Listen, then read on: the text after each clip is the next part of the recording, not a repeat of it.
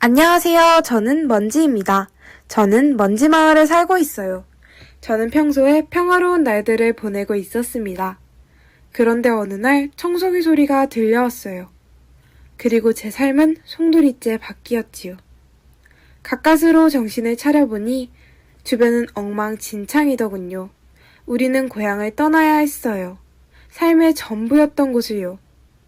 목적지는 보호구역인 먼지 초등학교였습니다. 안은 먼지들로 가득 차 있었어요. 임시 병원으로도 사용되고 있더군요. 통곡하는 먼지, 여기저기 상처난 먼지들이 눈에 들어오기 시작했어요. 실감이 나더군요. 고향뿐만 아니라 평범한 일상까지 모두 사라졌다는 걸요. 울다 지쳐 잠에 든 날 소란스러운 분위기에 눈을 떴어요. 그 장면은 아직도 생생합니다. 아비규환 그 자체였어요. 병상이 있던 곳은 완전히 사라졌고 엄청난 소음의 청소기 소리까지 들렸습니다. 저는 출구로 있는 힘껏 뛰었어요. 한참을 뛰다 안전한 곳에 도착해 주위를 둘러보니 10명 정도 남아있더군요. 체육관 가득 먼지들이 있었는데 말이죠. 더 이상 먼지를 위한 안전지대는 이 집에 존재하지 않는다는 것을 느꼈습니다. 그러곤 집을 떠나기로 마음먹었어요. 도로 곳곳이 끊겨 있었고 밤에는 어두워 낮에만 이동할 수 있었어요. 집 밖은 더 험하더군요.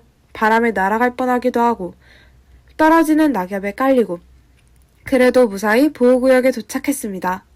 그러나 매우 협소한 내부, 형편없는 음식, 그리고 환경에 건강은 나빠질 대로 나빠졌어요. 외출을 할 때에는 저런 폐가에 사는 먼지 같으니라고 너희들이 문제를 일으키는 거야 와 같은 말들을 들었답니다.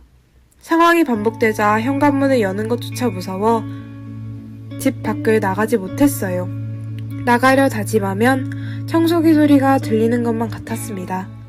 상태는 악화되어 눈을 감으면 다시금 그 시간으로 돌아간 것만 같이 느껴졌어요. 그래서 항상 TV만 바라보고 있었습니다. 무슨 내용이었는진 기억나지 않아요. 과거와 현실, 그 사이에서 저를 원망하며 지냈습니다. 그런데 어느 날 TV에서 전쟁을 겪고 난민이 된 먼지들의 이야기를 찾고 있다는 채널을 보았습니다. 그 참상 이후 흩어진, 이름도 모르고 이젠 얼굴조차 기억나지 않는, 하지만 그 아픔을 함께 겪은 먼지들이 떠올랐습니다. 그 먼지들도 저와 같은 삶을 살고 있을 거라는 생각이 들었고 이 이야기를 알려야 한다고 생각했습니다. 제가 지금까지 말한 모든 것들은 저의 현실이자 지금도 누군가의 현실이 되어가고 있는 이야기입니다. 그런 일이 있었군요. 마지막으로 하고 싶은 말이 있을까요?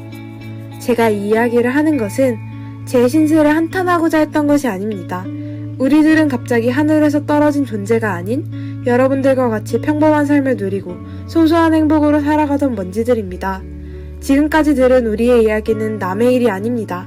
지금 이 영상을 보고 있는 여러분과 모두에게 일어날 수 있는 일이기도 합니다.